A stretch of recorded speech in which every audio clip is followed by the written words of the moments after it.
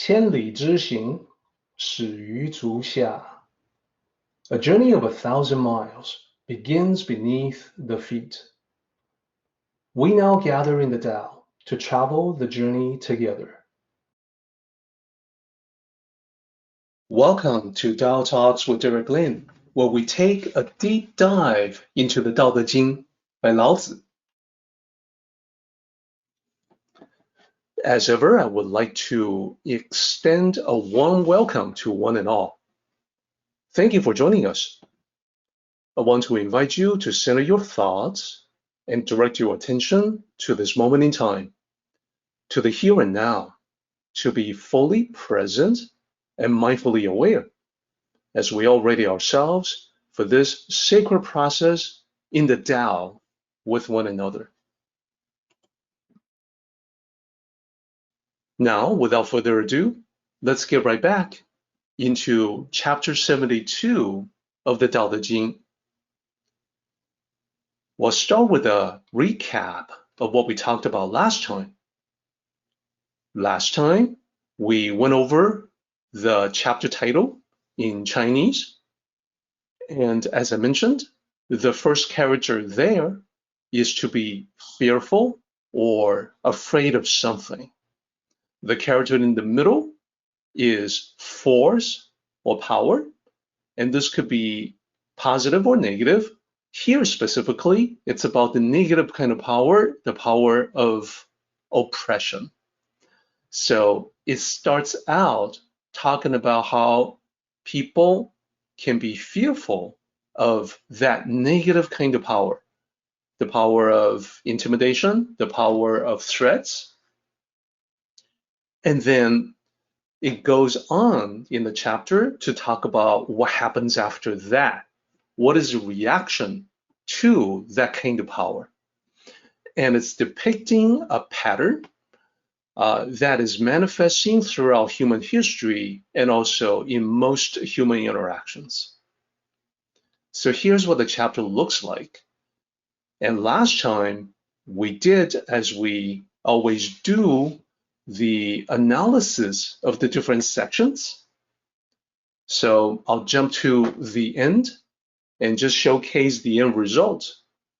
There are two main sections to this chapter.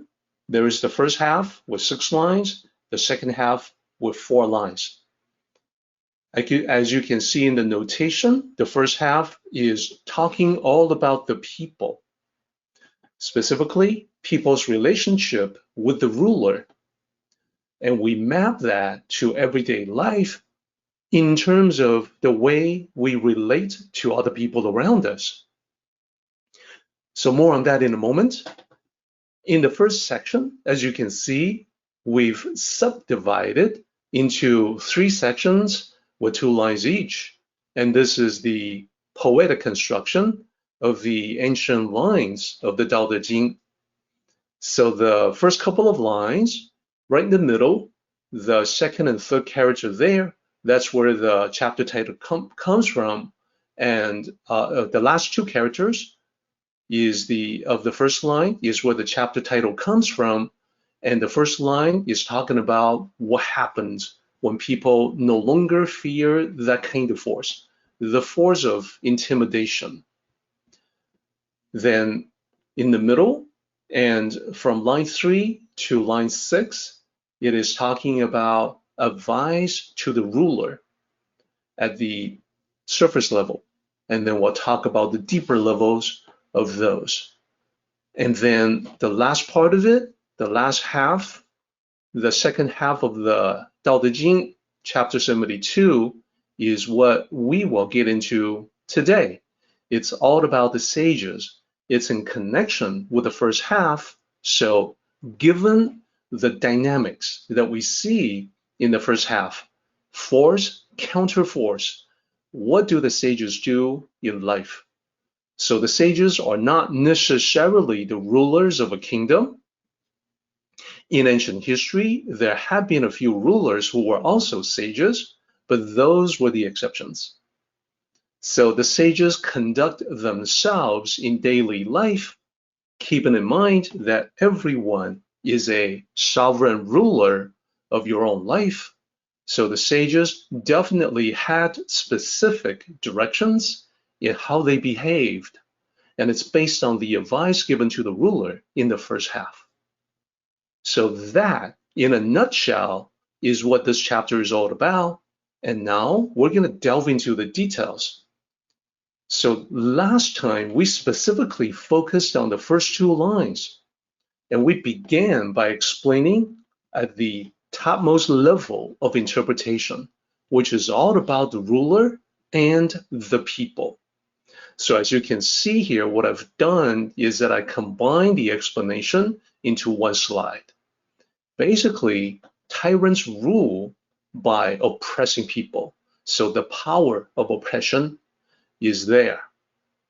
The tyranny continues until people can no longer put up with it.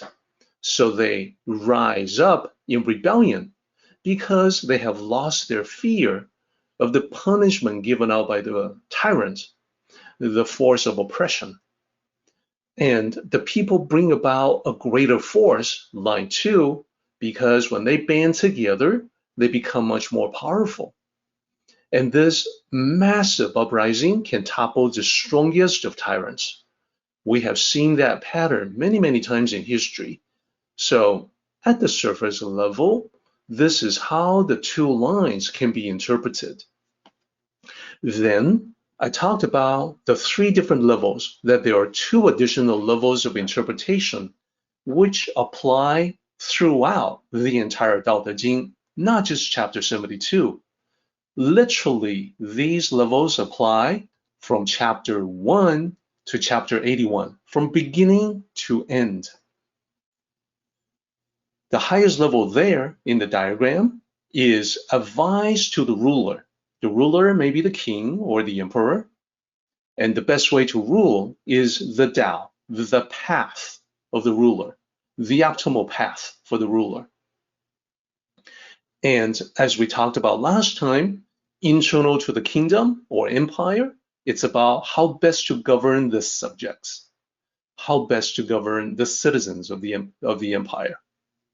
Now, external to the kingdom or the empire, it's about relationships with other states, other kingdoms, other nations. So relationships with others can range from friendly relations, like trade and commerce and diplomacy, and it can range all the way to the negative, which will be conflicts, border skirmish, warfare, all-out war. So that covers, all of these are within the scope of advice to the ruler. How do you manage internally the kingdom, and how do you manage externally your interaction, your majesty, with other kingdoms? So we map both of those to the second level, which is you as the ruler, you as the emperor of your own life. So as you embark on this journey of your own life, you have to manage your own existence just as the ancient rulers had to manage the kingdom or the empire. So there are so many things to look after in your busy modern existence, your work, your family, your organization, your household. What is the best way? What is the optimal way to manage all of that?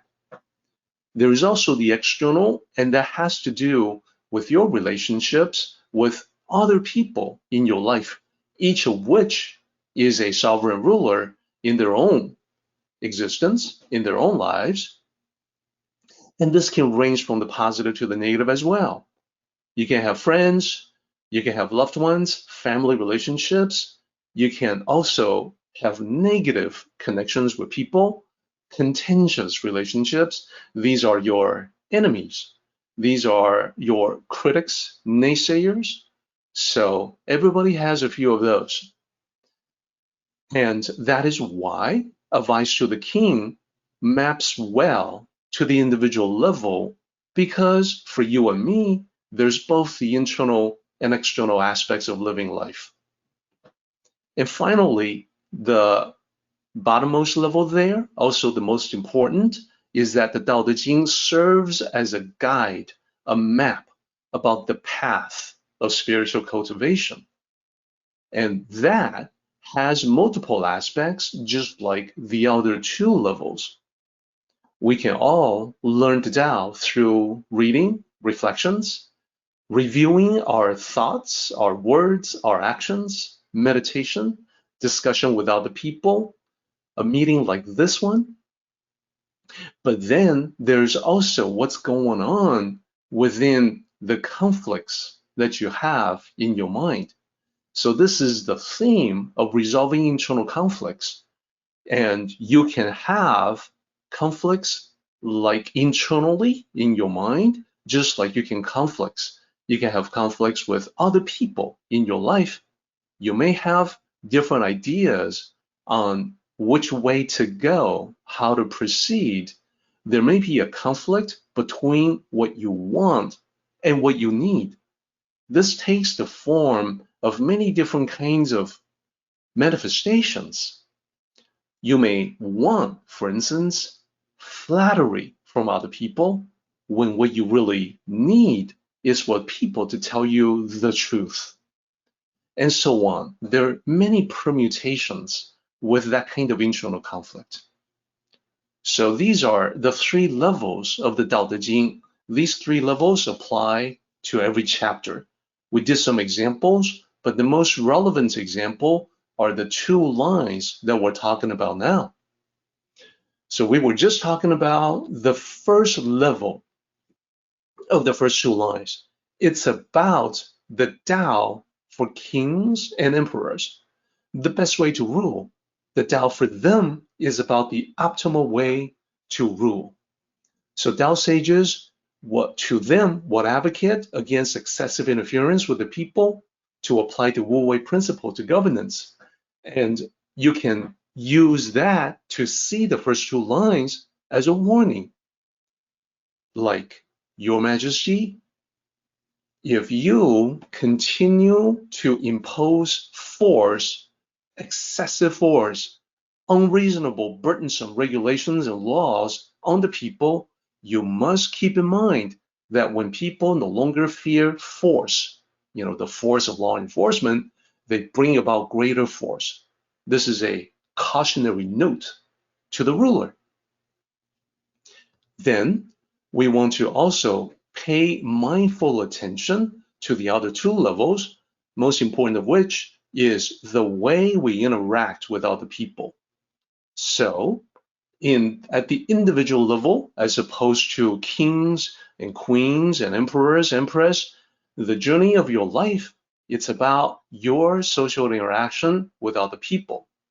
Just as a ruler has to deal with other rulers, you have to deal with other sentient beings. So the advice from the Tao sage is to extend courtesy to all, and they would lead by example by being kind and courteous to everyone. Sages build positive relationships. They mentor people, they learn from people, they master the Tao in that way. So I want to also focus on the advice that they would give to you as the ruler. Imagine that you are the ruler of your own kingdom, and Lao Zi is saying that, well, when you deal with other people, other kingdoms, the best way to deal with them is not through force, because when people no longer fear force, they bring about greater force. That's how the connection works. Let's focus on that. We'll focus on the second and third levels and go deeper into them. So Tao masters would teach specifically how important it is to win people over in a positive way. And it goes beyond just courteous behavior. It's not just about being polite. Yeah, politeness is important, but here we're talking about utilizing virtues like the virtue of kindness, the virtue of diligence, utilizing virtuous behavior instead of force when you interact with everyone around you. When we're just talking about it like this, it can be rather abstract. So now that we're done with the recap, what I would like to do is to share a quick story with everyone. This story is a historical tale about a historical figure, someone who walked the earth long time ago. And specifically, when I say long time ago, I'm talking about ancient China during the Three Kingdoms period. There was a man by the name of Guanyin. Now, Guanyin lived in the mountains, in an area where the only source of water was a communal well. Every day, people would come to the well to fetch water. Oftentimes, there would be a lot of people all trying to get water at around the same time. So, of course, as you can imagine, everyone wanted to get water quickly, soon, bring it back to their homes. So there would be some jostling. People would want to get ahead of the line, and sometimes tempers would flare. The situation would get out of hand. People would push and shove one another. They would have heated arguments. I got here first. I'm ahead of you. They would even have physical altercations. That is, there would be fistfights. This will escalate. They would even bring weapons to the fight.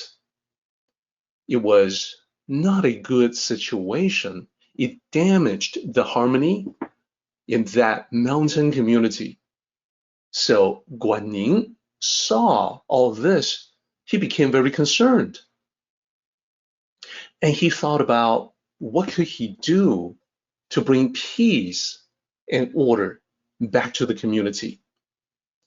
In contemplation, he felt that using force would not be a good idea. When you use force, people might behave if in that moment they're forced to behave. But they will be resentful. That resentment might simmer beneath the surface. It might eventually boil over with greater intensity. It could erupt. So rather than to use force, Guanyin came up with a different plan. He went out and bought many buckets for holding water. And in the very early hours of the morning, before other people got up, he went to the well with his buckets, and he spent many hours filling all the buckets with water, toiling through the early hours of the morning, and he left all the filled buckets out in the open around the well. When people arrived later on that morning, they were all surprised. They saw the buckets full of water ready for them, waiting for them. They were amazed. It was certainly much more convenient than everybody with their own buckets fighting to be first in line. So they asked around, who was it? Who did this for everybody? They finally figured out after some time that it was Guanyin, and the reason why he did it was to prevent more flare-ups, more violence. The virtuous act from Guanyin, being so thoughtful and considerate, caused everyone to reflect upon the wrongness of their contention with one another. So while they were ready to fight, here was someone who was thinking about everybody and thinking about the greater good for the community. They regretted their past actions. It was not worthy of them. So from that point on, the people in that community no longer fought one another for the water. They all became courteous and polite. Peace and harmony prevailed around that well in the mountains. The end. So in thinking about a situation like this, Tao sages definitely have thought about the best way to live using examples like this one and many others. So one of the Tao sages from ancient times is Mengzi, in the West known as Mencius, known as second only to Confucius in terms of the ancient great teachers. So Mengzi talked about this. He taught this particular Tao. So he asked the question, what might be the best way to win people over to your side? Now, having heard the story, you know that virtue would be best. Without the benefits of the Tao teaching, what we have seen is that many people will automatically resort to force, like might makes right, my way or the highway. So what Mengzi said was that 以力服人者，非先服也. What it means is that when you use force to force other people to see things your way, do things your way, or join your cause, well, they're not doing so from the heart. That is, they're not doing so with sincerity. So it is a false kind of obedience, a false kind of compliance. But what if you use virtue instead? On that, Mengzi says, 以德服人者，心悦而臣服也. That is, if you use virtue instead of force to win people over, they come around. And 心悦, they come around, they join you gladly. 臣服, they join you willingly from the heart with sincerity. They really are on your side and not just pretending to be. So there's definitely link here from what Mengzi said to what Lao Zi wrote. And you can see the connection yourself. When you apply the advice to the king to your own life, then you see that the positive approach so often is the best approach. And the Tao sages, the Tao masters will say, no, it is always the best approach. And let's go ahead and summarize what they would teach using a two-column setup here. What happens when you use force? What happens when you use virtue? And compare them. So when you use force, you force people, you bend them to your will. What happens is you get temporary results. The results you get cannot last long. When the force of intimidation is removed, people revert back to what they were doing before. What happens with virtue? Well, when you utilize virtue and you convert people to your cause, to your way of thinking, that change is permanent. You've won over true friends and allies.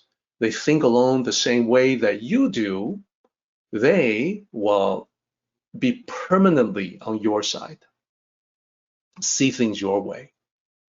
The second thing that we have seen from the example of what happened in the well is that if you use force, you get only the appearance of compliance. So it's only at the surface level. That's not the Tao.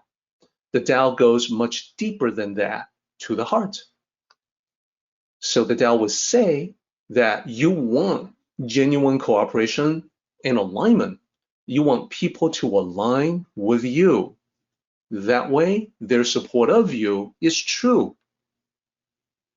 And then yet another thing we can tell is that when you use force, you arouse resentment. People may not say it, they may not even show it, but they definitely have ill will towards you because you use force on them. And if instead you had used virtue, the situation is quite different. It's not resentment, it's harmony. People are glad to follow you. They do so of their own free will. They will support you however they can. And this gives us the last contrast, which links with the current chapter, with the first two lines of the chapter. Domination gives rise to a greater force in opposition. If you use force, you may end up with a greater force to oppose you. Whereas, if you use virtue, you inspire people to come around on your side. That inspiration gives rise not to an opposing force, but a greater force to support you. So it's very different. And this is how it is linked to the first two lines of the Daodejing. When people no longer feel force, they bring about greater force. You can tell this is all about what happens when you use strength or force or power, the tyrannical kind of power, to get people to come around your way. It would be better if you go with the right-hand column. So then we should also explore the third level. Remember, this is about internal emotional states, about conflicts, about what you need versus what you want. So needs and wants is not an obvious theme in this chapter of the Daodejing. You don't really get to it until you explore what this means at the deepest level, at the internal spiritual level. It's there, but it is something that the vast majority of Daodejing authors in the West are not aware of. It is very much obvious when you study material, the abundant amounts of material available in Asia about the Daodejing. So let me talk for a moment about needs versus wants. Make sure that you and I are aligned as to the meaning and the relative worth in life. So here, I want to present a table of wants versus needs. What you may want, what you actually need.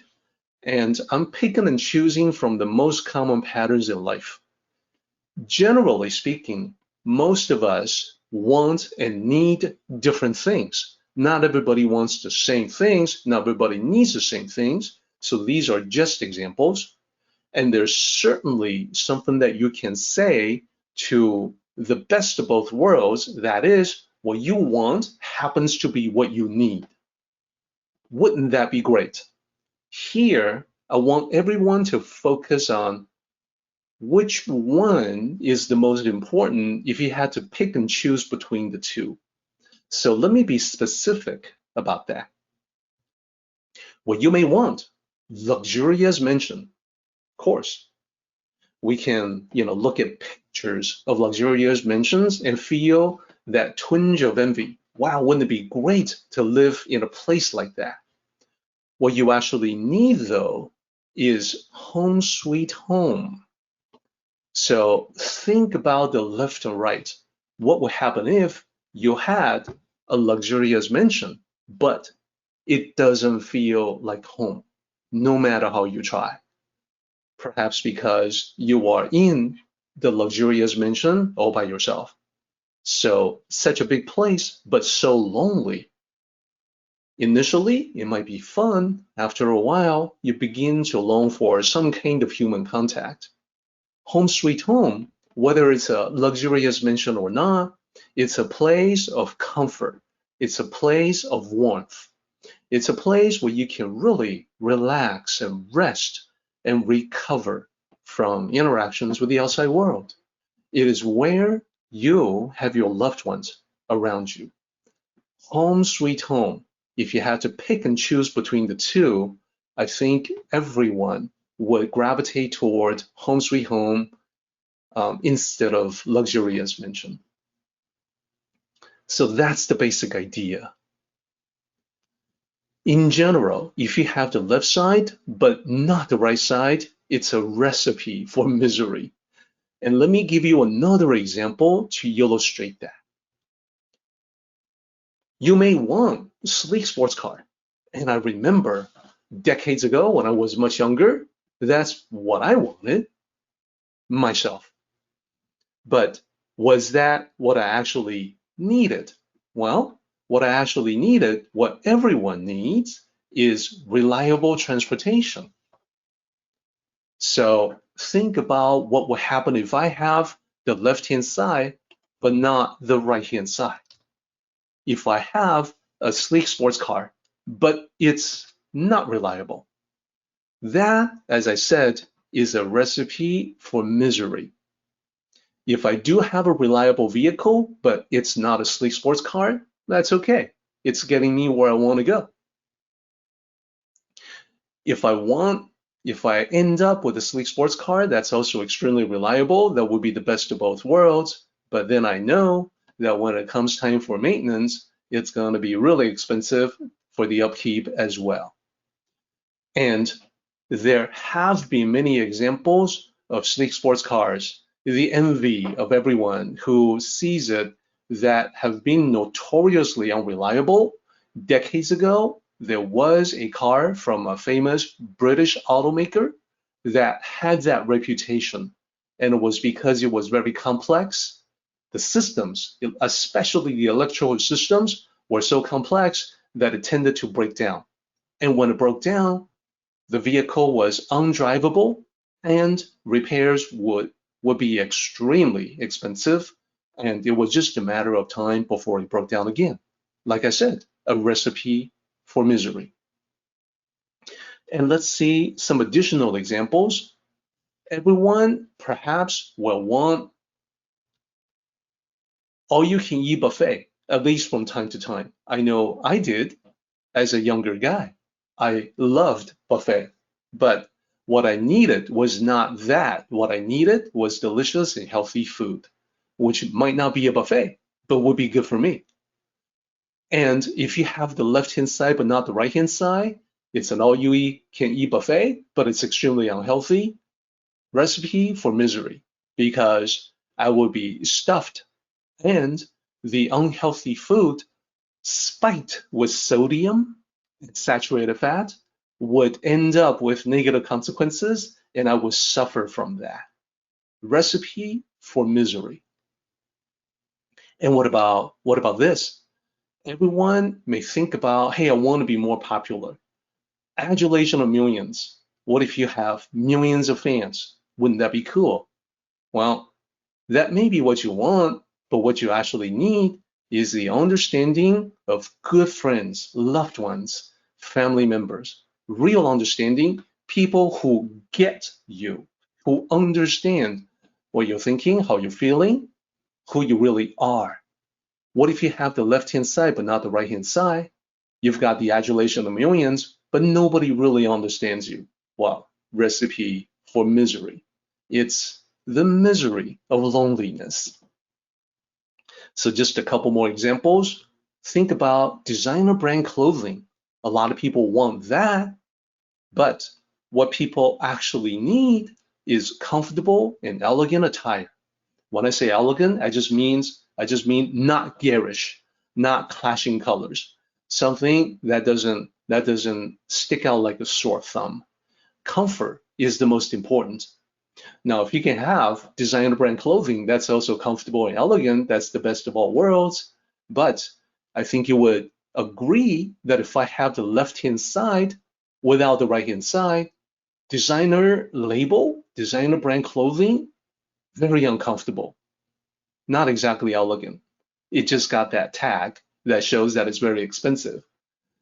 As you are wearing the uncomfortable clothing around, that too is a recipe for misery. Then, last one. Everyone wants long life, but what we really need is a meaningful life.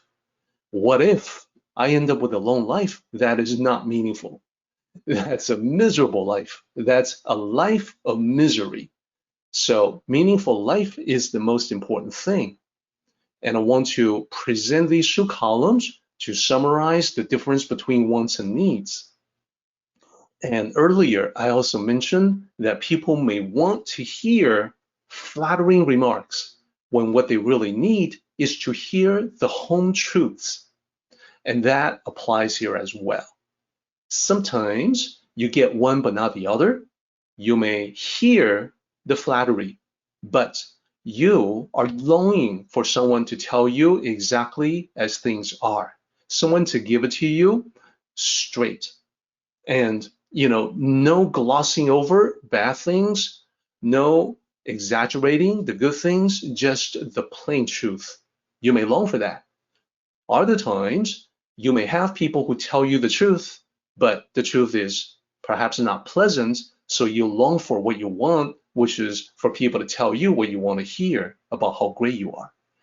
Many different situations, many different permutations around the left-hand side and the right-hand side. Let's continue on. I think we're ready to talk about the next couple of lines and to kind of drive home important points. Line 3 says, do not limit their place. And this is the advice from the sage to the ruler. That is, Your Majesty, you must give people the freedom they need.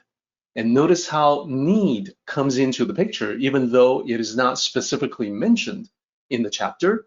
This is all about the wants and needs discussion that we just had. And the sage may also advise the king or the emperor, Your Majesty, you must refrain from restricting their movement in an unreasonable way. You must refrain from restricting where they can and cannot be. You must be reasonable in allowing that.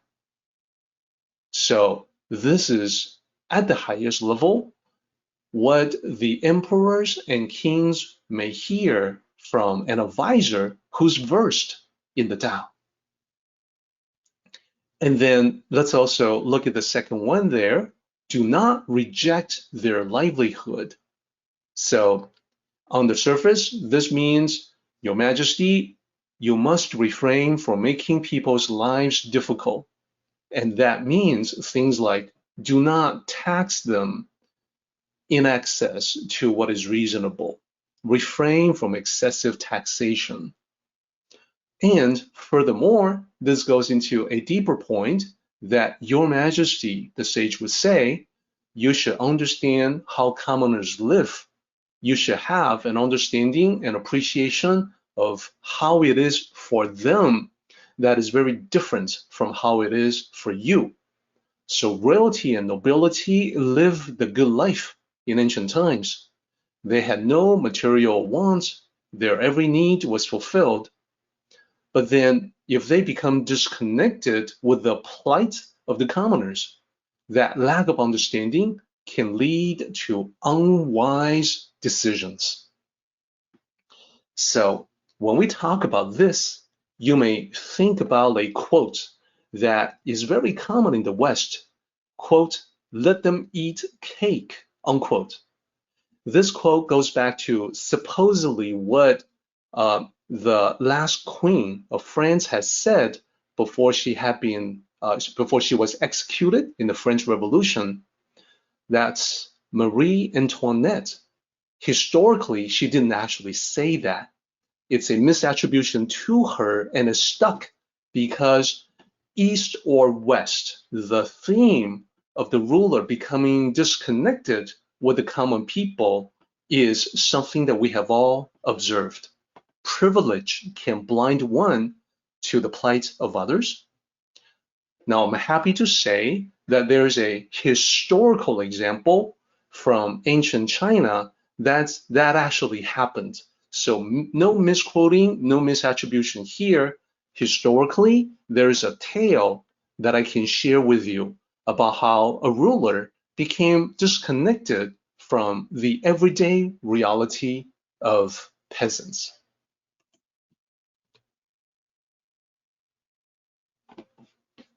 So this is about Emperor Hui of the Jin Dynasty. So this story about this historical figure, Emperor Hui, he was known for being foolish. And he was known for being oftentimes what we would in modern times call clueless, that he would not know much about what was really going on in the empire. So there was a time during the reign of Emperor Hui that there was widespread famine due to drought. And this caused extensive starvation all throughout the empire. And this was on such a massive scale, and it went on for so long that people had to do what they needed to do just to stay alive. That is, they had to seek food from any source. They resorted to eating tree bark and grass roots to survive. So this was reported to the emperor. The ministers described the widespread suffering of the peasants, of the commoners. They had nothing to eat, they would tell the emperor. Your Majesty, the people are suffering, the people are starving. They have nothing, they have no rice.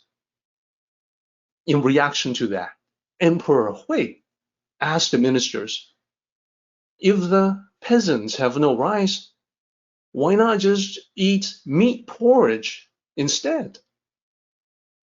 And of course, the ministers were horrified upon hearing from the emperor that he had so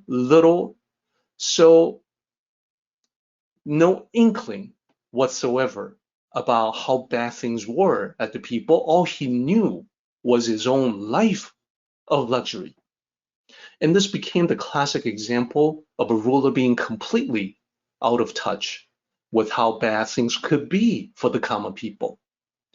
And you can see the similarity here to let them eat cake, except in this case, it's true historically.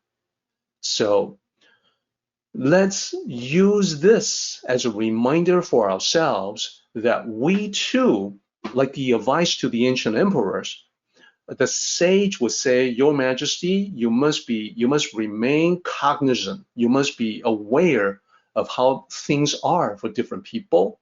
Let's map that to our lives and then realize that as we interact with other people, there are so many different perspectives, so many different life situations that we're not aware of. It would pay for us to make an attempt to understand where people are coming from, to understand their situation, to see it from their point of view. So on that note, I'm going to pause here. We're near the halfway point of our meeting today. So we're going to take a 5-minute break and then come back to talk about how the same ideas apply to the individual level and to the Tao level.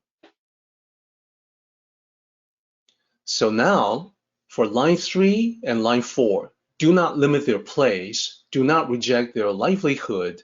I want to spend a moment to just kind of summarize how we can apply that to the personal level.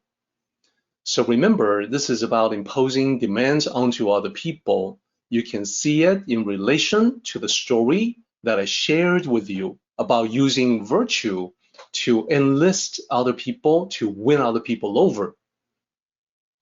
So in terms of imposing demands on others, the sage refrains from interfering with people's lives.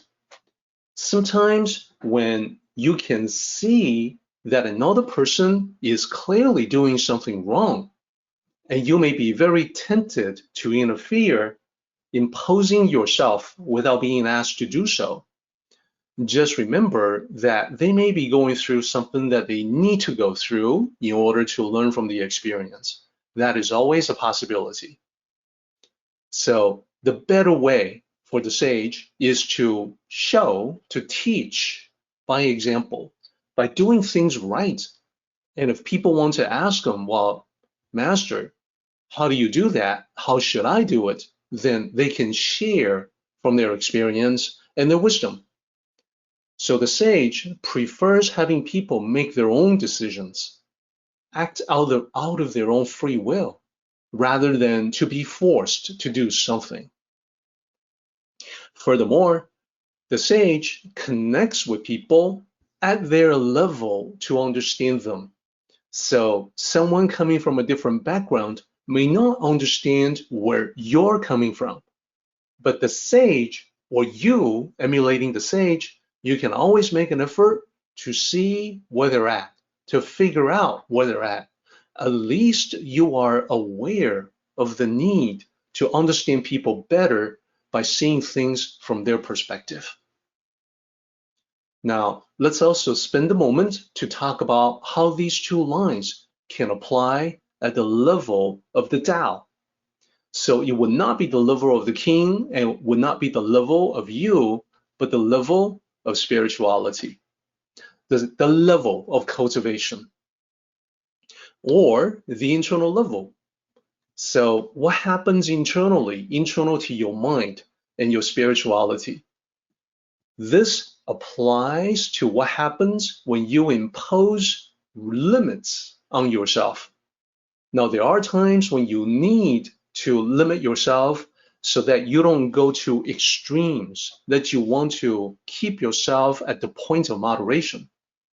There are other times when you are limiting yourself when you don't need to. That is, you have so much more potential that has yet to manifest, that by limiting yourself, you are missing out on the opportunity to push the envelope and see how far you can go. So from a spiritual perspective, this would be limits that one might place on himself or herself with dogmatic beliefs. So there are some things that I want to point out without trying to offend anyone who's got those beliefs. I would suggest that we want to take another look at a dogmatic belief about being born full of sin, inheriting the sin of before, to be fundamentally flawed, so you need an external power to tell you what to do, a power outside of yourself to take control of your life. I would suggest taking another look at these beliefs, because I believe that deep within you is the Tao, and that you don't need something that's external to you. You don't need clergy, as an example, to tell you what to do. I think you can look within and figure out yourself what you need to do for your own life. You can use the guidance of books, classics, sutras, the ancient wisdom that can nudge you in the right direction. But I would caution you against surrendering your sovereign power over your own life and destiny. Hand it over to someone else, like an organization that tells you what to do with yourself. That's actually important there. What to do with yourself. We're going to come back to that, the topic of the self, specifically self-nature. So overall, challenge all beliefs about what you can or cannot achieve, what you can or cannot understand. Remember, you are incredibly powerful as a spiritual being. I'm not just saying that. I am extracting this from ancient wisdom. There's a long history of this being a core teaching in the wisdom traditions. So let me talk about the self-nature that is beyond all limits. This is a key concept in Zen Buddhism. 自性, self-nature. Translated literally, the two characters, the first one is self, the second one is nature. There you go, self-nature. What is that? Now, Zen is a fusion of Tao teachings and Buddhist Dharma. Self-nature speaks to your unique consciousness. As I'm talking to you right now, I'm communicating from my self-nature to yours. Or in the West, you can perhaps think of it as a communication from my soul to your soul. Soul-to-soul communication using words as the best vehicle that we have at the moment. Your self-nature is unique to your individuality. It is the core essence of your being. So when Huineng, the sixth patriarch of Zen Buddhism, when he became enlightened, suddenly he could see reality as it truly was. And the term in Buddhism is complete reality. He could see, perceive the self-nature and the great spiritual truth about the self-nature. He saw 5 specific aspects of the self-nature that took his breath away. It took him by surprise. You could say it rocked his world. It knocked him for a loop. So he exclaimed the 5 essential truths that he saw in that moment about self-nature. He said, how unexpected that self-nature is originally clear and pure in itself. And then he said, how unexpected that self-nature is originally not born or extinguished. Then he said, how unexpected that self-nature is originally complete and sufficient in itself. Then he said, how unexpected that self-nature is originally not moved or shaken. And finally, he said, how unexpected that self-nature is able to produce all dharmas. And this, as I said, was the 6th patriarch, Huineng. Let me pull up a symbol for what he said, a symbol for self-nature, and then explain a little bit further what he meant. And this is especially important. This is especially something to pay close attention to. First, why is the lotus flower growing out of a pond the symbol for self-nature? Well, it is because the mud at the bottom of the pond is a metaphor for the material world. The dirt at the bottom of the pond, the scum, that's the material world. So when self-nature, you, me, the soul, is coming into this world, it is like the lotus flower growing from the bottom of the pond to blossom, as you see in the symbol there. The lotus flower is pure, clear and pure, representing the clear and pure nature of your self-nature. That originally it is absolutely untainted. It is the material world that when you spend too much time in it, that can result from you taking on aspects of the material world, but then you can clean off the mud. That's a spiritual cleansing. So there's nothing wrong with you. There's a kind of original perfection in the clarity and purity of the self-nature. You just have to do the work to take out, to reduce the influence, the tainting of the mud. So I hope that's clear. And growing out of the pond is another great example for what happens when the self-nature, your original essence, is coming into the material world again and again. So that is the second surprise. Your physical body was born. You know how old you are. So that many years ago, your physical body came into this world. Years from now, hopefully many years from now, your physical body will expire. It will decompose.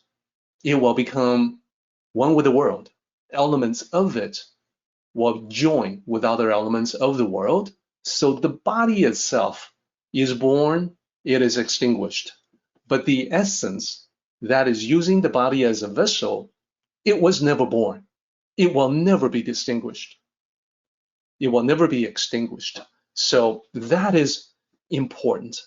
You, the real you, the self-nature, that is the true self, it has always existed. As long as the universe has been there, you've been there as well. You might not have always had human level awareness or consciousness, but you existed.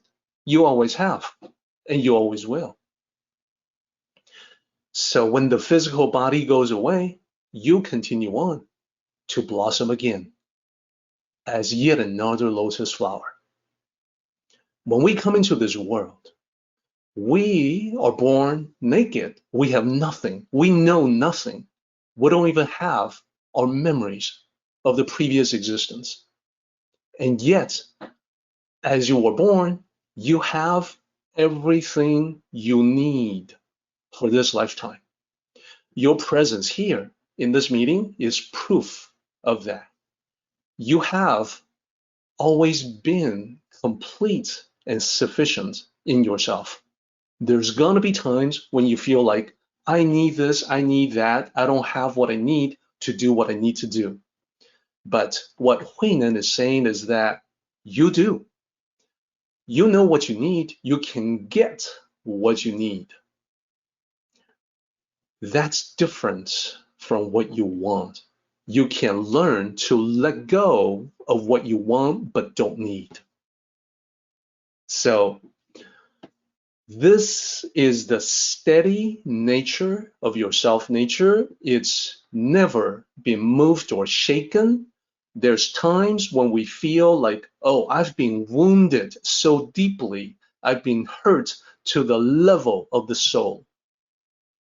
The sixth patriarch of the Zen tradition would tell you, no, actually not.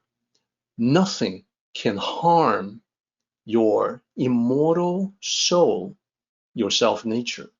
It is your perception in the here and now that can be misled into believing that. In reality, your original self, your true self, not harmed, not moved, not shaken. It is still there. It is still there behind the pain, behind the suffering. It is learning. It is getting ready for the next phase. And it can do anything. That is what is meant by producing all dharmas. So think about this one last point. Look at the lotus flower. Going from one lifetime to another, we're not able to take anything with us. As I mentioned, we can't even take our memories with us. The only thing that we can take is the evolutionary change, the refinement that you managed to accomplish upon your essential nature. The only thing you can take with you from one lifetime to another is self-nature. Therefore, you want to refine self-nature as the ultimate accomplishment. It is the thing that lasts. It is the eternal.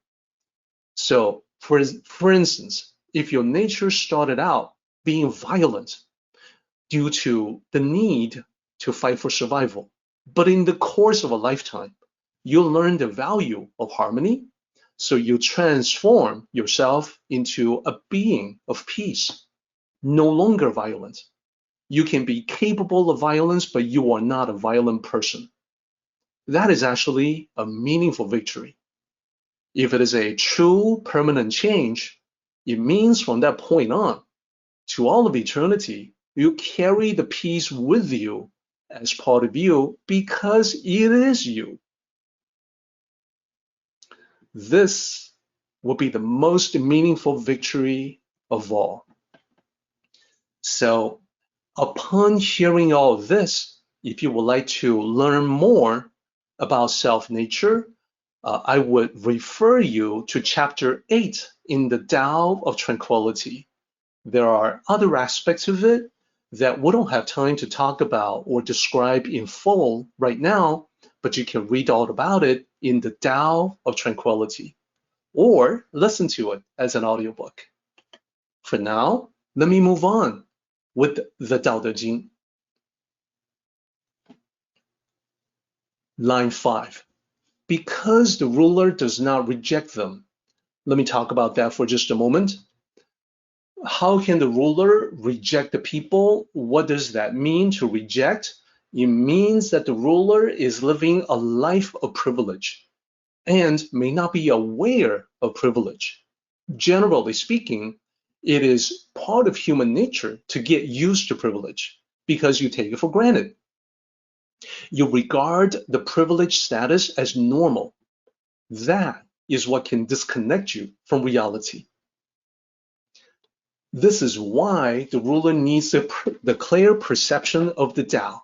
This is also why you and I need to focus on and practice the Tao so that we can see things more clearly than before. That clarity leads to better understanding on different perspectives. In the case of the ruler can better understand the perspective of the people who don't have the means available to royalty. This, in fact, is the first step in winning people over through virtue. So the leader, the ruler, the king, the emperor can demonstrate virtue simply by understanding where other people are coming from. Sometimes you need to identify with and relate to how tough things can be for the people who don't have the privileged status that you enjoy. So let's move on to the next line. Therefore, they do not reject the ruler. This means the people do not reject the ruler. They willingly join the ruler in harmony, in a spirit of teamwork, in a team situation. And this is because the people can see, they can see for themselves. They're not dumb. They know when the teacher understands them, when the ruler understands them, and then when the ruler does not. They can perceive the difference. They can feel the difference. They respond to the virtue of the ruler with their support. And what this means is happy, productive subjects in the kingdom, everybody pulling together for the common goal of the kingdom. Therefore, the kingdom itself becomes stronger and more prosperous. It becomes better in every way. So that's what those two lines mean at the level of the king.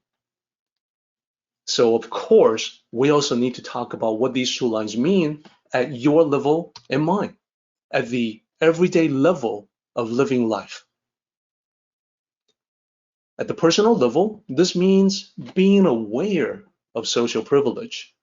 Just by being able to participate in a meeting like this, you and I enjoy a certain kind of privilege. We're utilizing technology to learn about the Tao. How cool is that? So the virtue of understanding, the virtue of awareness, it is what helps you understand people. Sometimes we forget there are people less fortunate who do not enjoy this level of privilege. Sometimes we joke about that. First world problems. Oh, my extension cord is not long enough for me to recharge my phone. Well, there are people in the world who can't afford a phone. And if they do have a phone, have nothing to connect to because of the lack of infrastructure. There's still billions of people like that. And the understanding, the sympathy, the identification, the clarity to perceive where others are at, that is what helps us avoid friction and conflict. So often, friction and conflict results from misunderstanding or a distorted kind of understanding. And the result is greater harmony. It promotes peaceful coexistence. Easier said than done, but this is how we can resolve many of the issues that we currently face. I'm not pretending that it's easy. I know it's not, but this is the direction we need to go. we cannot forget about the level of the Tao. Let's apply these two lines. At the internal level, this is all about self-awareness. So when you think about, one part of the mind rejecting the other, that's just a metaphor for internal conflict, where you want different things, and they seem equally good, they seem equally desirable. So this is all about knowing what you need and what you want out of life. And this understanding is what leads to mental and spiritual alignment. That what you think you want is what you actually do want at the highest level of your being. It is what will take you toward greater spirituality. And the lack of internal conflict, when there's alignment, throughout your mind, your spirituality, that is what leads to a profound peace that manifests in every aspect of your life. It's a peace that can finally radiate outward to affect the people around you. And now, this is line 6 is the last part. It's the last line of the first half of the Daodejing. We're ready to talk about the last 4 lines that together form the second half, the final half of Daodejing chapter 72. The second half begins with, therefore, the sages. So in the concluding section, Lao Tzu describes the sage. This pivot from the ruler and the people to the sage makes it clear that this chapter was never just about the best way to govern people, that this is all about life for the rest of us. And this description of the sage lines up with everything we have discussed so far. And you can take a look here at lines 8, 9, and 10. They are all pertaining to the truths and the wisdom that we have discussed. Everything lines up, everything's related. When you understand Daodejing completely, everything is connected in a clear picture. If you don't have that clarity from reading a translation, then chances are very good that the translation has been distorted, most often unintentionally. So from previous lines, we know the sage and Tao cultivators themselves, they do not limit themselves to other people. They understand what people need, not just what they want. So this is basically a summary how the sages conduct themselves internally as well as by inference, when they let the internal spread to the external to affect their world. It starts with the internal. It summarizes how the sages conduct themselves at the internal level. So let's take a look at exactly what those internal attributes are.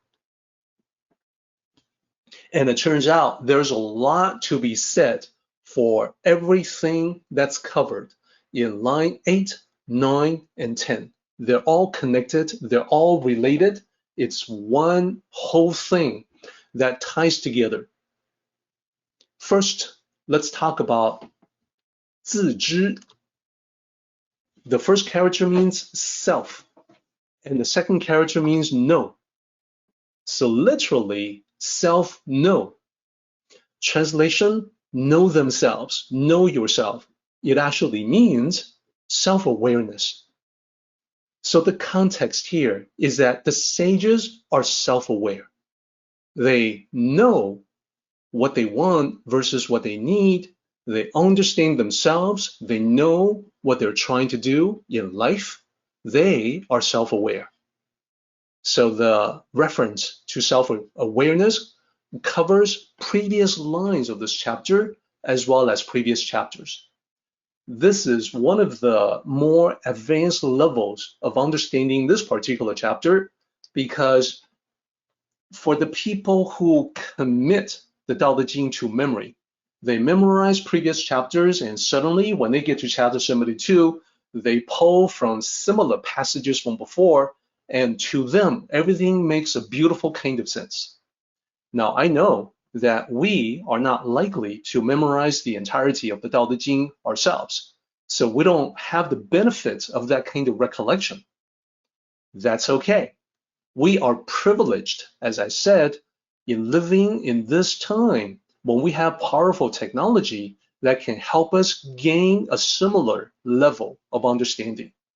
So what's going on is that in previous chapters of the Daodejing, Lao Tzu talked about this same thing, this same idea, but in different chapters.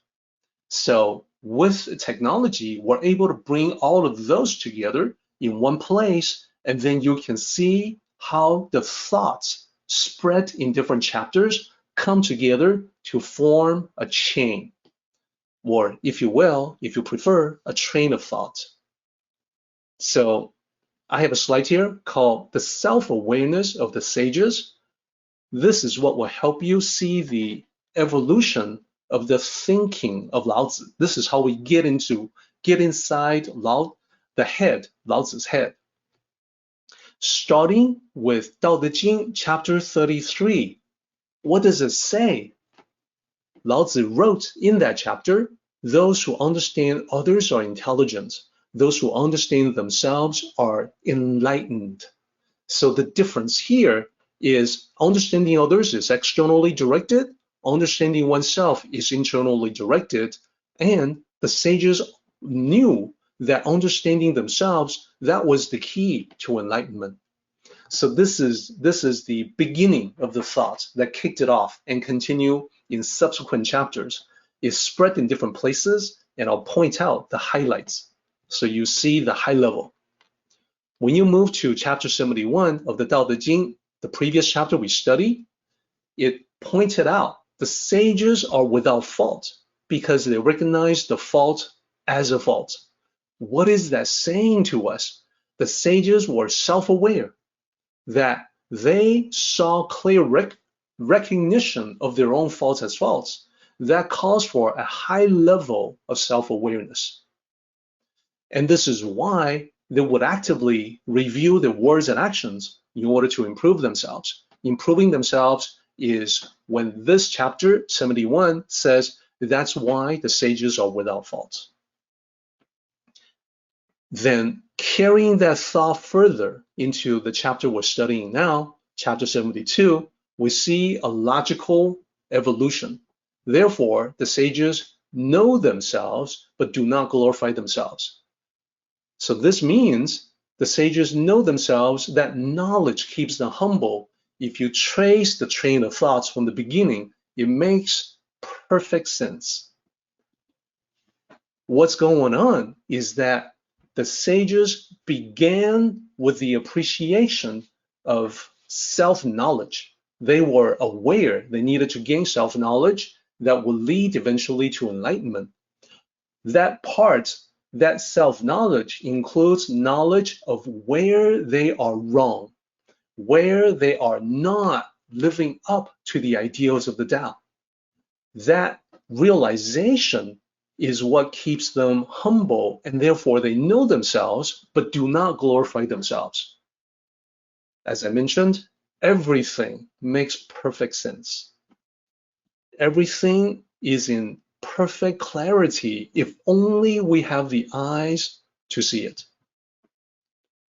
Now, this is of such importance that I want to illustrate it with yet another story, a short story that I want to share with you.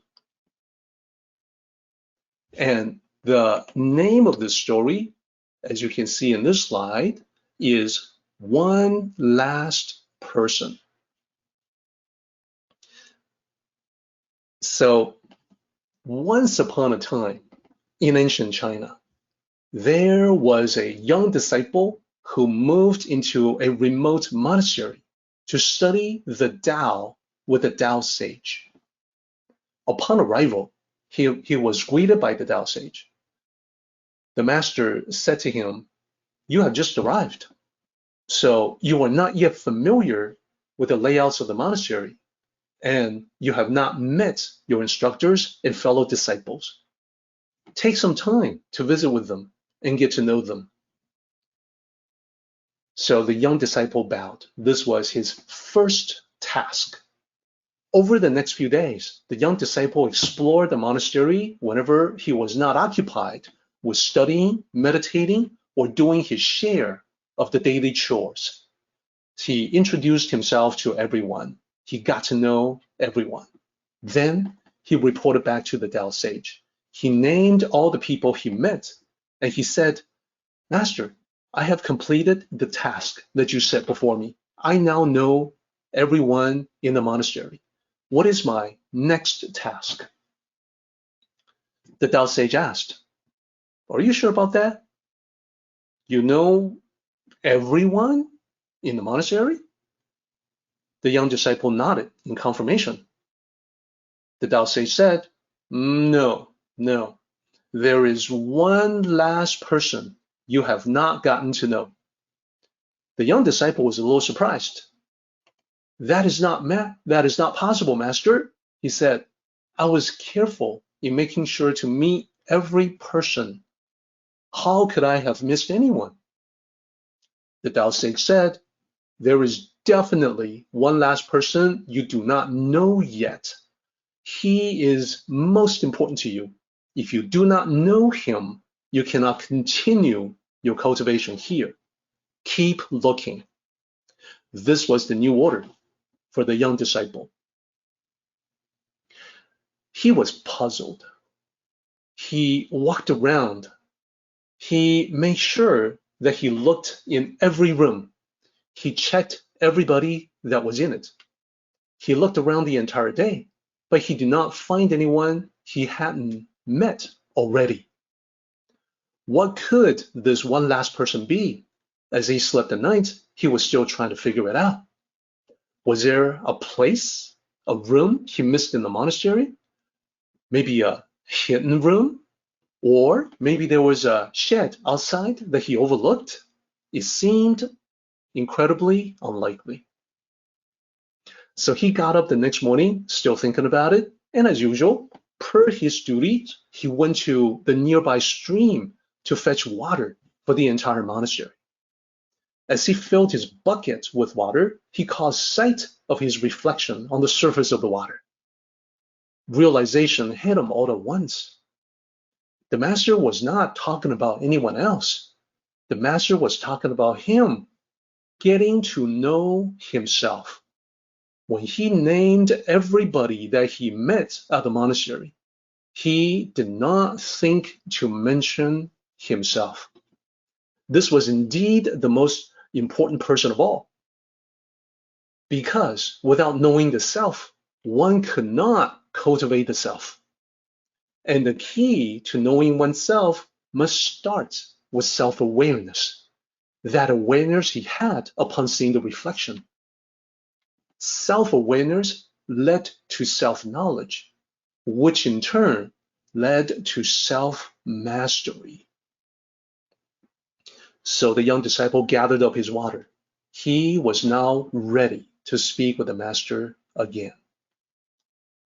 The end. So let's talk about this story and what we can learn from this story. Having seen the importance of knowing the self, I think you already know halfway through the story who the last person is that the disciple had to get to know. This is the overall topic of knowing yourself. And we may think, okay, well, that's obvious. But then we look around in the world and perhaps we will realize that so many people are still not fully aware of themselves or the need to know themselves. So I've got this analysis here, this comparison, people in general and Tao cultivators, that I hope includes you and me. Hopefully you and I are in the right-hand side, but let's talk about the left-hand side so we can do a little comparison and contrast. So people in general may only have vague notions about the self, Like they know their names, they know what they look like, they know what they like and dislike. But is that enough? Do they know themselves deep within? What do they want out of life? Tao cultivators, on the other hand, should develop ideas, should be seeking clarity in perceiving self-nature. That is a major goal, as you have heard from the sixth patriarch. A major goal to perceive, to be clear about self-nature. People in general may be unclear as to what they are looking for, what they're looking to get out of life. Like, what do you really want? Now, Tao cultivators, which I hope, again, includes most of us here, Tao cultivators should understand the path they're on and why they're on it. Why are you and I on this path of studying the Tao? Are we on this path? Hopefully, we're on this path together as travel companions. Most people may not have goals of their own. Now, they may be surprised to hear me say that. What I mean is, the goals that they have, are those goals really theirs? Or is it the expectations of society or other people? Like, everybody expects me to study, get a job, get married, raise kids, retire, and so on. Society has certain expectations. Society says that it's a good thing for people to accumulate wealth, become wealthier, and so forth. Now, is that what people actually want for themselves? Maybe it is, and that's great. But do they have clarity on that? Is it really what they want? If they chase goals dictated by society, when they're at the end of it, okay, now I've gathered all the material resources, I live well, I'm affluent, I've got kids, I've done this, I've done that, I had a good job, I had a good career, then they may say, why do I feel so empty? This is what we're talking about when it comes to the Tao. In the Tao, we must know exactly where we are going. What is the destination? It doesn't have to be too specific, but we must have a clear idea about the end goal. What are we trying to get? Where do we want to get to? We may not absolutely get there, but it's a success to even get close to a meaningful goal, a meaningful destination in life. People in general may work hard for years only to feel empty and devoid of purpose. And this is something that you hear a lot from retirees. Now that they're done with work, what's next? And it turns out they had derived their identity, connected it inextricably to their career. And now that the career is done, they feel at a loss. Tao cultivators should understand that we proactively create a meaningful life for ourselves. People in general may harbor a false sense of accomplishment that, based on the material accomplishments they have, it may actually go to their head. Look at me, look at how wealthy I am, look at how famous I am, etc. That is not accomplishment from the Tao perspective because it's tied to the material world. This is why people in general may become arrogant upon having those material accomplishments. But for Tao cultivators, we must keep everything in perspective in order to remain humble. And there's the reiteration on the theme of humility again. So I think everyone can see this is a rich, rich chapter to be mined for ideas. We've done a lot of it. We have not done everything. So we're going to need to come back again next time to finish the very last part of this chapter. For now, we have to jump ahead to the summary. We're now at the top of the hour. So remember, applying the Tao to life. We touched upon this last time where we talked about to not limit anyone. This means imposing unreasonable rules on other people and also not to limit yourself. To examine self-limiting beliefs. Remember how powerful you are. Your self-nature, it is eternal. It can do anything. Secondly, embrace all. Seek to understand the perspective of others. Today, we heard the ancient Chinese example of let them eat cake, which the emperor said, well, why don't they just eat meat porridge? We want to understand the perspective of others much better.